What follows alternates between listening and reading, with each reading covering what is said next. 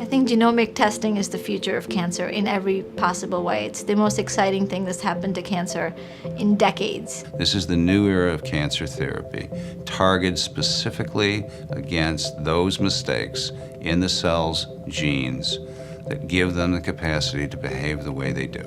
What we're talking about here is a test, a diagnostic test. We look for very specific abnormalities present within the tumor.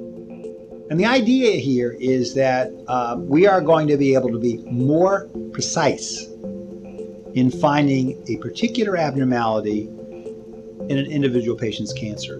Genomic tumor assessment is an innovative new diagnostic tool for treating cancer. By assessing a patient's specific tumor on a genetic level, a much more precise treatment protocol is possible. We've been searching for better ways to treat cancer for more than 100 years. The earliest drugs were drugs that were aimed at stopping cells from dividing. Unfortunately, those early drugs did not have any selective capacity to stop cancer cells compared to normal cells. They could also cause an enormous amount of toxicity. It was very difficult for patients to tolerate that. So far, we've always defined cancer from the organ it comes from.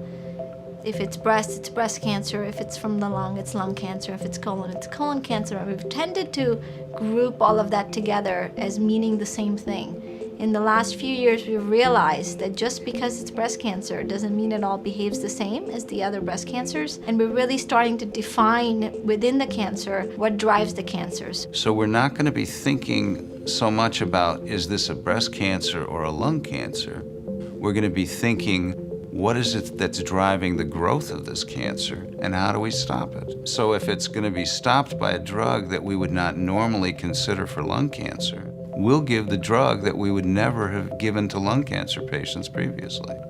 The ability to design a more precise drug treatment based on a genetic profile of a specific tumor will enable more personalized and targeted treatment and may reduce common side effects of traditional cancer treatments, like chemotherapy. The first and foremost thing is to obtain a biopsy, and then the results are analyzed in a variety of different ways. For example, in colon cancer, there are certain proteins that we know are responsible for the cell continuing to proliferate and not stop dividing. We know which proteins they are, and we know which genes make them. So we take cancer cells from the colon and we sequence those parts of the gene responsible for those proteins. If they're normal sequences, we know what kind of drug to use to treat the cancer.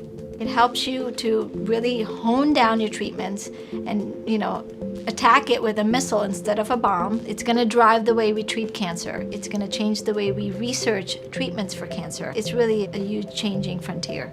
This is a very exciting development for Cancer Treatment Centers of America and our patients because our organization has, for 3 decades, focused on the patient, the individual. And of course, the concept of precision medicine is to focus on the individual tumor in the individual patient, which fits very nicely with what we're trying to do. If we can understand patients down to their genetic makeup, I think it's incredibly promising that we'll be able to offer them therapies that will restore hope for a better life.